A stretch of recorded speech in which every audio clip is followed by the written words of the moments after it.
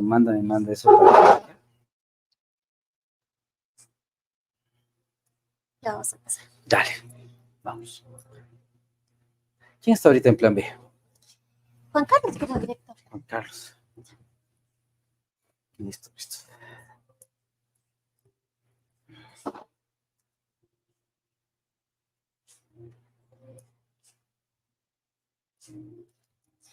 Amigos y amigas de Plan B, buenos días y bienvenidos a este programa donde abordamos diversas situaciones y aspectos sobre los derechos humanos en Ecuador. Pero hoy hemos querido hacer un programa especial debido a los distintos hechos recientes que han ocurrido tanto en las cárceles como en un caso de conmoción nacional como es el crimen contra Fernando Villavicencio. Y para eso tenemos a un invitado muy especial. Él es Jean-Paul Pinto, quien es analista de temas de seguridad y nos va a acompañar el día de hoy justamente para analizar esta situación que se ha presentado en los últimos días y pues que sigue causando sorpresas alrededor del caso, pero también de la situación de las cárceles. Una vez más, las cárceles están haciendo noticia, pero no justamente por razones positivas que se esperaría, sino por todo lo contrario. El viernes pasado, por ejemplo, se conoció del asesinato de 7 personas relacionadas con el crimen de Fernando Villavicencio. 6 de ellas estaban en la penitenciaría del Litoral y una más estaba en la cárcel del Inca en Quito. Esta situación obviamente generó y disparó las mayores alarmas al punto que el mismo presidente tuvo que cancelar su gira, regresar y crear y volver a instalar el Comité de Seguridad. Este hecho y lo que ha venido posteriormente sucediendo, me gustaría, Jean-Paul, que nos digas cuál es tu primera lectura de lo que está pasando en el país, comenzando primero con el tema de las cárceles. ¿Qué ves tú allí?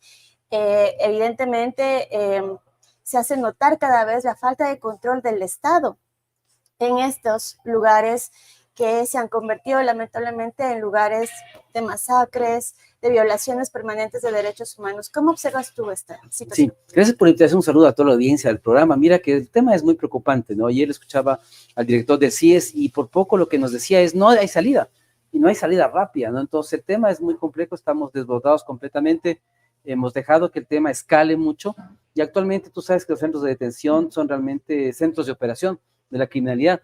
Desde ahí se comandan ataques, sicariatos, secuestros, todo tipo de actos ilegales, ¿no?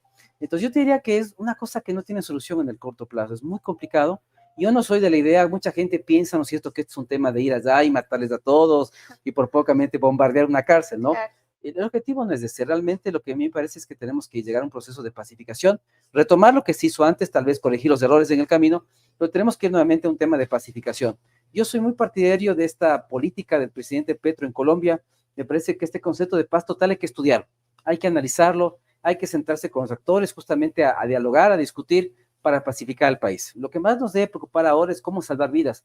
En este año se va a terminar con una cifra récord, ¿no? Tal vez van a ser asesinados en el país entre 6,000 o 7,000 personas, lo que nos ubica con una tasa de homicidios de la más alta de Sudamérica. Me parece que vamos a estar muy cerca o a la par de lo que es Venezuela.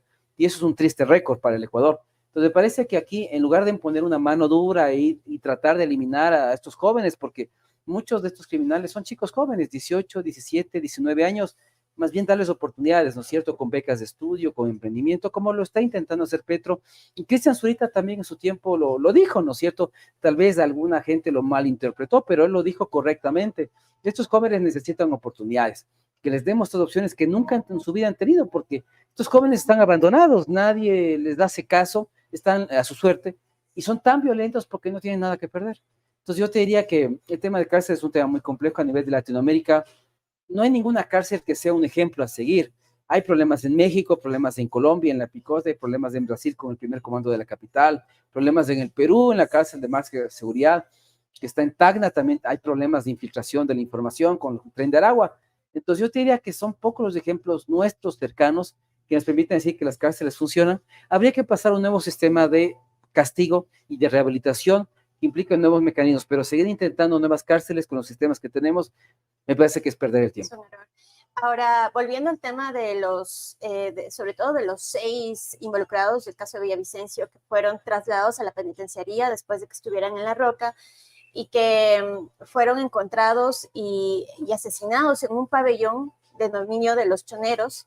Esto dice mucho también de cómo las autoridades están manejando a la interna, cómo la autoridad, ¿no es cierto?, del Estado prácticamente no existe, es lo que nos dicen los últimos hechos.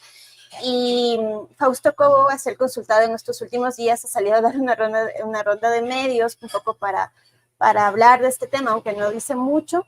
Él ha sostenido que uno de los problemas de las cárceles es justamente haber reunido por bandas, haber, digamos, sí, o sea, mantener ahí a los presos y clasificarlos por bandas y no por peligrosidad. Él sostiene que ese es uno de los principales errores que se ha cometido y por tanto ahora estamos viendo esta ola de violencia entre las cárceles. ¿Tú coincides con este análisis de funcionario? Sí, yo creo que de alguna forma el hecho de haber creado estos pabellones por grupos o por agrupaciones me parece que fue un error, ¿no es cierto? Porque lo correcto debería ser crear sistemas, como te digo, en función del nivel de delito de la persona.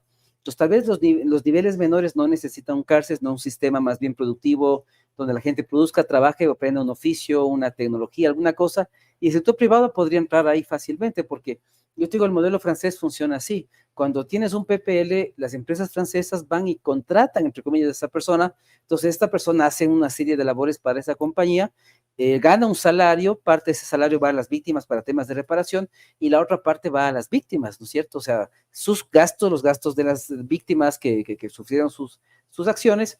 Y al salir es más fácil que este PPL tenga un trabajo, porque dentro de la responsabilidad social empresarial hay un elemento muy importante que es número de expresidiarios contratados. Y mira que eso no es un tema que sale en el país, el sector privado tampoco se ha pronunciado al respecto, pero ellos tienen una responsabilidad clara con respecto a la rehabilitación de estos PPLs que no estén votados a su suerte. Entonces, yo diría que sí tenemos que replantear completamente el tema carcelario, chequear quiénes sí merecen estar presos, quiénes no, crear nuevos sistemas, digamos, de confinamiento donde se priorice el aprendizaje, el conocimiento, ¿no es cierto?, las destrezas de estos PPLs para hacer temas de rehabilitación, porque lo que carecemos actualmente realmente son políticas de reinserción, políticas de rehabilitación, realmente, si bien se hacen cosas, me parece que no son suficientes, y más bien lo que hacen los PPLs es aprender cosas nuevas, tener nuevos contactos, ¿no es cierto?, pertenecer a nuevas bandas, me parece que ese es un tema muy importante, ¿no?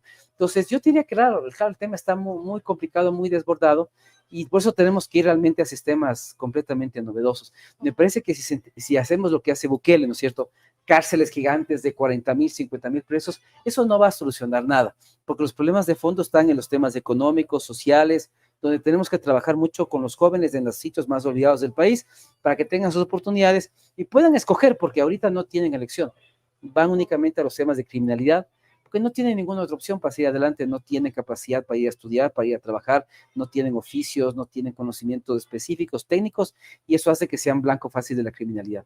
¿Y tú cómo ves ahora las propuestas de los candidatos a la presidencia justamente en temas de cárceles? La candidata por el correísmo, Luisa González, propone mano dura, mientras que el candidato Daniel Noboa está proponiendo barcazas para poner allí a los presos de mayor peligrosidad. ¿Cómo observas tú estas propuestas de quienes uno de ellos va a gobernar, ¿no?, el próximo año y medio? ¿Crees que están sintonizando con el problema de fondo? Mira que el tema de Luis es extraño porque al comienzo de su plan de gobierno, si tú lo revisas bien, el tema de la mano dura no está ahí. Ellos van, digamos, sí, de forma técnica, hay que reconocerlo, a los temas de volver a refundar el Ministerio de Seguridad, el Ministerio de Justicia. Hablan temas de rehabilitación, reinserción que hicieron en su momento. Yo lo viví de cerca porque estuve trabajando en el Ministerio de Seguridad. Entonces, pero después te das cuenta que Luisa cambia el discurso y habla ahora sí de mano dura, que antes no lo tenía, y dice hay que militarizar las cárceles, ¿no? Entonces, uno dice, pero ¿para qué y con qué objetivo? Entonces, los militares van a entrar con armas largas y van a neutralizar, van a matar, ¿qué es lo que van a hacer? Entonces, no está claro, y Fuerzas Armadas, seguramente yo siendo militar oyendo el debate, hubiera estado muy preocupado porque querían, ¿no es cierto?, indicarles a ellos toda una serie de responsabilidades. Entonces, ese cambio en el discurso de Luisa responde a un tema de populismo, porque como la gente quiere mano dura, ella dice, yo voy a decir que voy a hacer mano dura, lo cual para mí es un error, porque esa no es la vía. Eso por un lado. En el caso de Novoa, en cambio, lo que me preocupa a mí es que en el plan de gobierno él tiene cosas muy técnicas. Pues cuando uno lee ese plan es interesante leer que hay una relación clara entre desarrollo y seguridad. Por ejemplo, en estudios internacionales, mientras más alto es el índice de desarrollo humano, el IDH, más baja es la tasa de homicidios por 100.000 habitantes. Significa que mientras más política social y económica hagas, menos criminalidad hay en una sociedad. Y él lo describe bien en su plan. Y en su plan, como te digo, sí hay temas de reinserción, rehabilitación, temas muy interesantes, cultura de paz, temas de pacificación, pero de repente, durante la campaña, habla de estas famosas barcazas que tú señalas, ¿no? Y para mí es un contrasentido, porque Claro. lo de su plan no se compagina con el tema de las barcazas. Y sobre todo yo lo que señalaba en varias entrevistas es que yo no entiendo cómo sería la parte operativa, porque ¿qué tipo de barcos van a ser esos? ¿Dónde los vamos a colocar? El costo, además, el costo, ¿no? Pero también mira que tú no puedes violar los derechos humanos de los familiares. Es cierto que el PPL cometió un crimen, qué sé yo, traficó, qué sé yo, pero los familiares no. Y no puedes cortarle a la esposa, a los hijos, a los hermanos, a la mamá del PPL, que no pueda verlo. Entonces yo digo, ¿cómo se va a hacer ese traslado de los familiares? ¿Van a contratar otros barcos más pequeños? ¿Se van a encontrar en alta mar? O sea, esos temas logísticos son importantes y no son menores. El tema de la alimentación, el tema del recambio de los guardias penitenciarios. Entonces hay un montón de cosas que yo creo que cuando se armó este tema de las barcazas no se pensó en eso. Porque si no, no tendría sentido hacer unos barcos donde les vamos a poner ahí y después les abandonamos a su suerte, ¿no es cierto? Que les coman los tiburones, que se coman entre ellos. O sea, unas cosas que uno no entiende cómo teniendo un plan técnico, después uno aterriza en unas cosas que son en la vida práctica y real, son un poquito difíciles ya de implementar. Y populistas también caen en el populismo. Y caes en eso. Entonces, yo lastimosamente he visto que de cara a la primera y segunda vuelta, ambos candidatos han caído un poco en el populismo. Es decir, le vamos a entregar a la gente lo que quiere escuchar, la gente quiere mano dura, la gente quiere que pongamos en un barco y les mandemos, qué sé yo, al Amazonas por poco ahí, y realmente lo que la gente necesita, ¿no? Hay un libro que se llama La paradoja de James Hunter, donde se señala que hay una diferencia entre lo que la gente quiere y lo que la gente necesita. Y lastimosamente en nuestro país hasta ahora no tenemos unas políticas que sean adaptadas a lo que necesitamos como sociedad, sino a lo que queremos. El nuevo estado de excepción del gobierno es un desastre, ¿no es cierto? Es exactamente eso, ¿no es cierto? Es decir, estoy haciendo eso cuando realmente esto nunca funcionó, ningún estado de excepción permitió bajar la criminalidad y más bien esto está cada vez más fuerte, ¿no? Y hay que reconocer que el tema de los traslados es un punto crítico en el tema de las cárceles. Siempre que ha ocurrido esto, pues ocurren masacres o ocurren motines, e incluso coordinadas entre varios centros penitenciarios. Y además, dentro existe un sistema de corrupción muy fuerte, ¿no? Y a veces casi ese tema se olvidan las autoridades de turno y los candidatos, inclusamente, cómo atacar la corrupción, donde hemos visto que evidentemente hay complicidad de agentes estatales, llámese funcionarios del mismo SNAI que están controlando las cárceles, de los policías que también hacen un control de aquello, y pues, en fin, parece que esto es un círculo de nunca acabar. Mira que ahí, aprovechando que está justamente el director del CIES en el SNAI, está el tema de inteligencia y de contrainteligencia, es decir, lo que él debería hacer en estas 8 semanas es crear y fortalecer este departamento de inteligencia del SNAI, que solamente existe, pero es muy incipiente. Y realmente a través de los subsistemas de la DGI, por ejemplo, también hay una parte de la gente de la DGI que hace inteligencia penitenciaria. Eso de ahí sería un gran logro para las pocas semanas que tenemos, dejar institucionalizado un departamento de inteligencia y contrainteligencia en el SNAI, y que el CIES, justamente como está trabajando con el SNAI, puedan crear y fortalecer capacidades, porque lo que necesitamos que es infiltrar los grupos criminales dentro de las cárceles. Entonces, lo que se hace usualmente es meter agentes infiltrados para ver lo que está pasando adentro, para obtener información y neutralizar. Eso por un lado. Y por otra parte, lo que tú dices, ¿no? Si el CIES está trabajando ahorita con el SNAI, implica que ellos tienen que hacer una presión de inteligencia donde digan, trasladar a tal preso, ¿qué consecuencias tiene? Y en función del nivel de peligrosidad y de consecuencias, se lo traslada o no se lo traslada, pero lo que hemos visto es un poco lo que decía a modo de sátira, de chiste, un poco de provocación. Decía, cada vez que hacemos esto es como si, no sé, el antiguo comandante Salinas y Zapata se sentaban como en estos sillones, ¿no? Trasladaban un preso y sentaban con unos pedazos de pizza y con unas colas a ver qué pasaba, ¿no? Como espectadores. Y realmente eso ha sido la política pública nuestra, es decir, esperar que las cosas pasen, sentarnos a ver qué pasa, qué consecuencias hay, y de ahí recién reaccionar. Eso ha sido lo peor que nos ha tocado vivir. Entonces yo por lo menos espero que esta alianza CIES-SNAI nos debe fortalecer inteligencia contra inteligencia, crear un gran departamento ahí y poder infiltrar para obtener información y neutralizar amenazas que podrían materializarse en cualquier momento. Eso sería un logro ya. Claro, pero también ahora la ejecución de esas acciones. Hemos visto en el caso de Villavicencio, se conoce que hubo un informe de inteligencia que alertaba justamente de los riesgos que podrían pasar los detenidos por el caso. Sin embargo, no se hizo los traslados, eso la fiscalía mismo lo denunció y tenemos lo que pasó en el asesinato de 7 personas. Mira que siempre la inteligencia tiene dos problemas. Yo te hablo del tiempo también que estuve en la CNI en el 2009-2010, cuando se dieron alertas de lo que podría ser una sublevación, este famoso 30 de septiembre. Y mira que realmente hay dos problemas en la inteligencia, ¿no? A veces el nivel político no cree en esto, entonces tú pasas un informe, pero el nivel político dice, no, me parece que esto está muy exagerado, esto no va a pasar, así que lo desechan. Y lo otro es lo que me parece a mí que está pasando, es que cuando haces un trabajo de inteligencia, como está todo cooptado, el informe ya no se ejecuta, porque cuando tiene que ejecutarse, la gente como está trabajando para el otro lado, no lo bloquea. Entonces, por eso esos traslados que se pidieron nunca se efectivizaron, porque la orden de asesinarlos ya estaba hecha. Sabían que se iba a hacer, cómo se iba a hacer, qué día iba a ser. Entonces, esa acción de inteligencia que tal vez sí se hizo oportunamente, no se pudo concretar porque realmente está todo cooptado. Y como está todo cooptado, eso se bloqueó, se quedó ahí, la burocracia, qué sé yo, y eso permitió que sean asesinados, ¿no? Pero mira que es curioso, ¿no? Yo siempre digo en este caso de Villavicencio, hay unas similitudes muy fuertes con el caso de Haití, el magnicidio del presidente de Haití. Tienes unos mercenarios colombianos contratados que van a Haití, ¿no es cierto? Hacen el trabajo sucio y luego son traicionados por los que les contrataron y son apresados todos. Algunos fueron muertos, otros siguen presos en Haití. Y en este caso es lo mismo, ¿no? Tienes un grupo criminal que les contrata, algunos estaban aquí, otros vienen acá, hacen el trabajo sucio y les capturan enseguida, ¿no? Siempre yo soy de la idea de Cristian Zurita que él dice, pero es raro, ¿no? Les capturan enseguida. Es más, yo te diría, yo podría hacer una hipótesis de que la policía sabía que estaban ahí y sabía quiénes eran y por eso les capturaron tan rápido, porque fue inmediato, ¿no es cierto? Alguien les avisó, alguien les delató, ellos sabían que estaban ahí y eso implica que hay una cooptación entre los grupos criminales y la policía.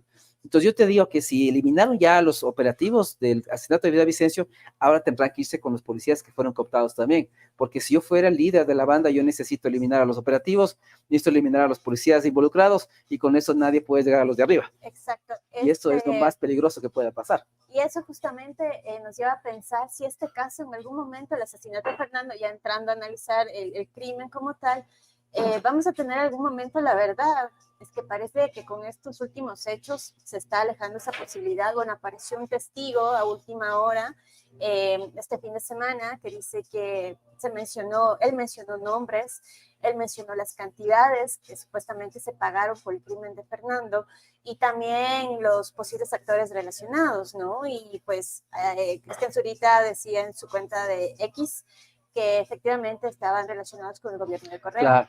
Mira que por un lado es cierto que Cristian lo señaló, también la vida de Villavicencio lo hizo, pero creo que eso fue filtrar un poco la información que estaba en modo reserva, ¿no es cierto? Yo creo que esto no va a tener incidencia en la votación del domingo, porque el voto duro del correísmo pueden pasar 1000 cosas más negativas que la gente que vota por Luisa seguirá votando. Eso no va a cambiar.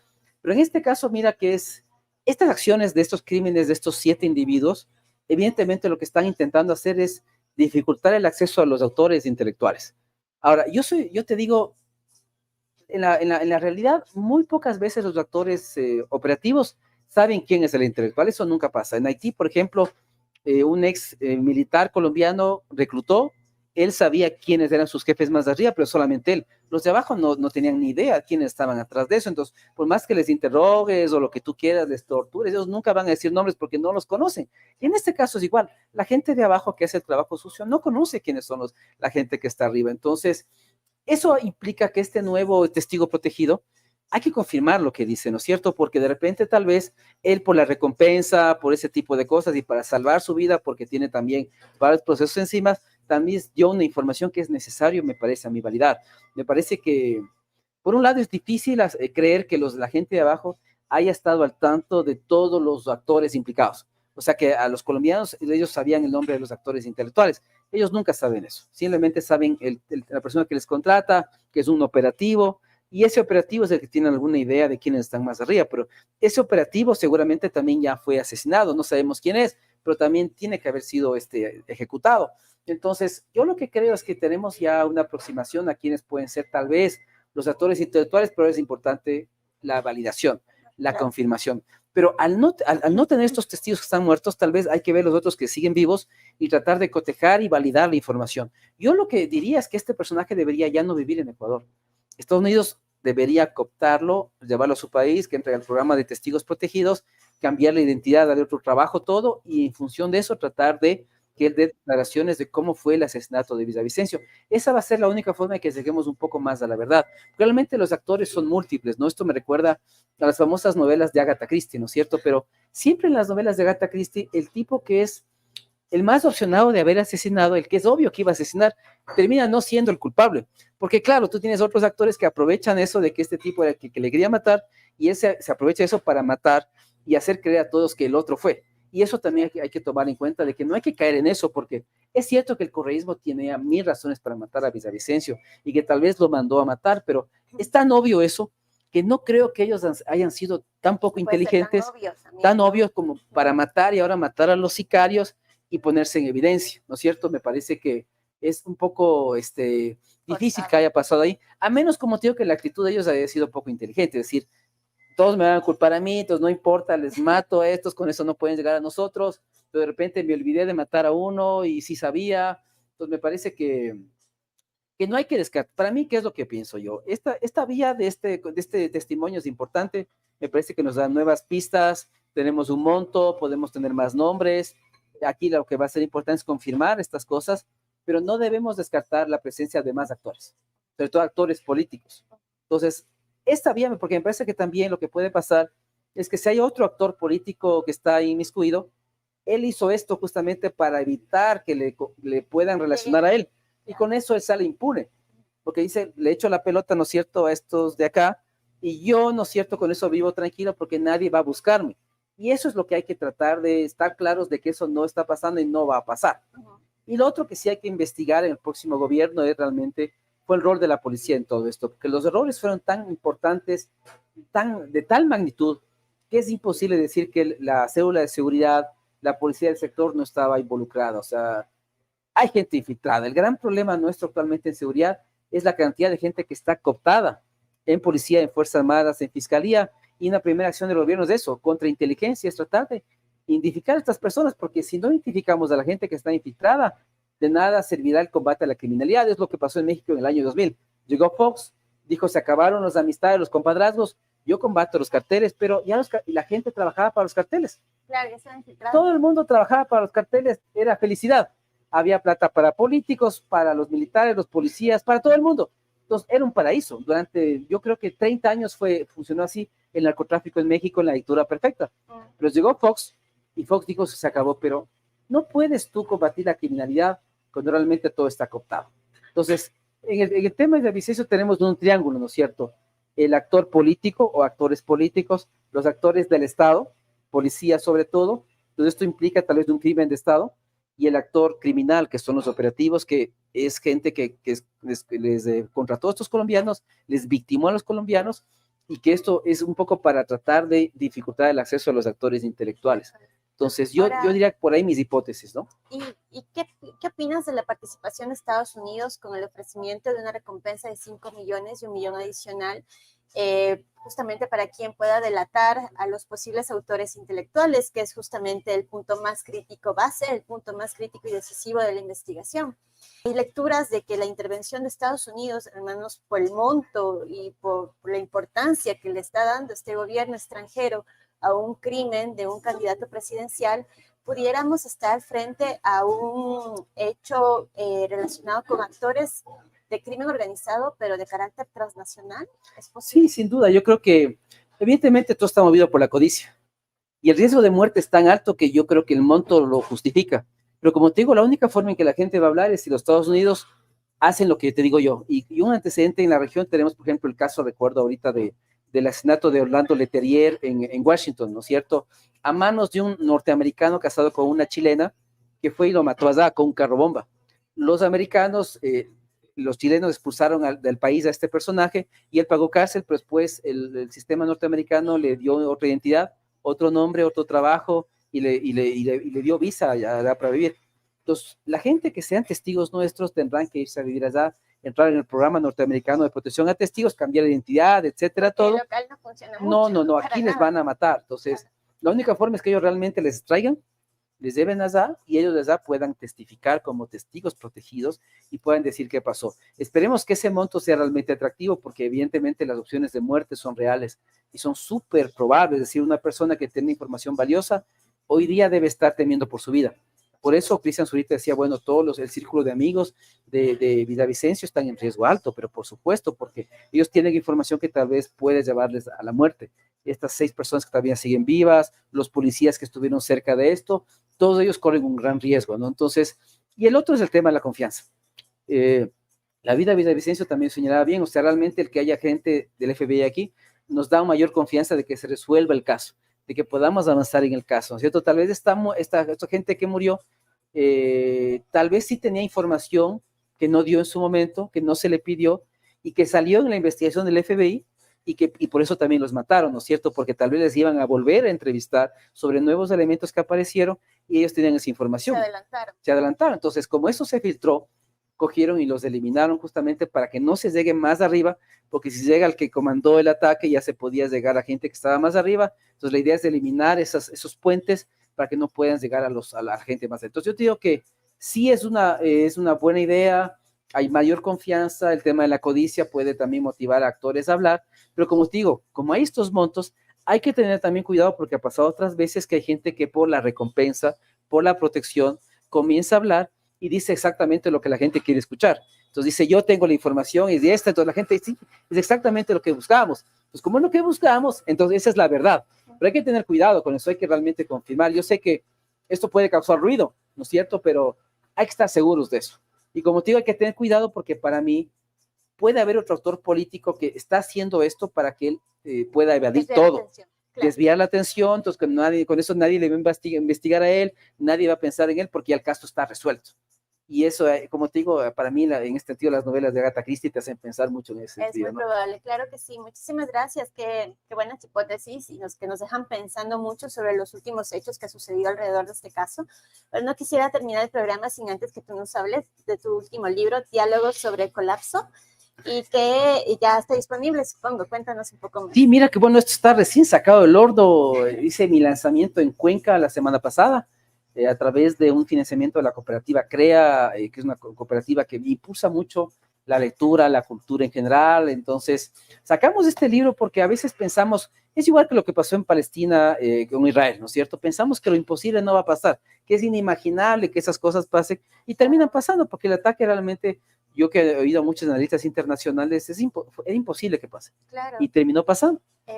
Pensando en la preparación del gobierno israelita, ¿no? Y de claro, pronto exacto. sorprendido de esta manera tan grave. Y mira qué es lo que decimos, ¿no es cierto? Temas seguramente de cooptación, de infiltración del Hamas en el ejército israelí, que parece imposible porque ellos tienen de los temas de inteligencia más avanzados del mundo. Exacto. Hacen mucha contrainteligencia, más bien ellos infiltran a los grupos. Exacto. Entonces uno dice, a ver, o hay un tema de infiltración, o hay un tema de que tal vez sí sabían del ataque, pero pensaban que iba a ser un ataque menor, e iban enseguida a repostar el ataque. Pues hay muchas hipótesis, inclusive de teorías de conspiración, pero eso te da las claras, y yo lo digo en el libro, de que muchas veces las opciones de colapso de la humanidad están más cercanas de lo que pensamos. A veces cuando hablamos de la guerra Ucrania-Rusia nos parece que eso es muy lejano, ciencia ficción, una guerra nuclear.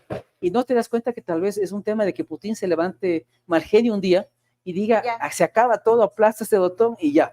O sea, de pronto una guerra Estados Unidos-Rusia tampoco es un escenario lejano. Y mira, ahí si estamos en este entorno, hay los libros de Ken Follett que se llama Nunca, y cómo él te hace la trama de la guerra nuclear, te das cuenta que es muy fácil.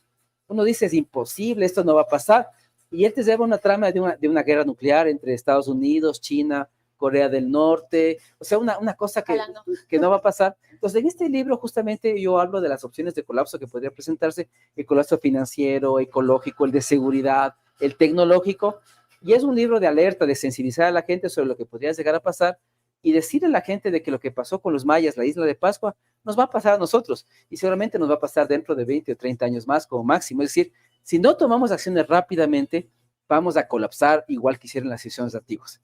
Entonces, ¿vamos a desaparecer? Sí, seguramente vamos a colapsar en diferentes partes del mundo y los humanos que salgan de ahí van a tener que reaprender a vivir, tal vez sin tecnología, sin una sociedad como la que vivimos, ¿no es cierto? Yo digo, la gente que vive en el campo, cocina, digamos, tiene sus alimentos y está lejos de los demás, es la gente que tiene más probabilidad de sobrevivir. Vivir en una ciudad siempre es lo más peligroso y lo más vulnerable que existe. Una ciudad no produce nada, una ciudad se alimenta de lo que viene de afuera. Pero ¿qué pasa si nos contaminan las aguas? Si los alimentos nos llegan, es el fin de las ciudades, nos empezamos a comer entre nosotros. Entonces, bueno, suena muy interesante.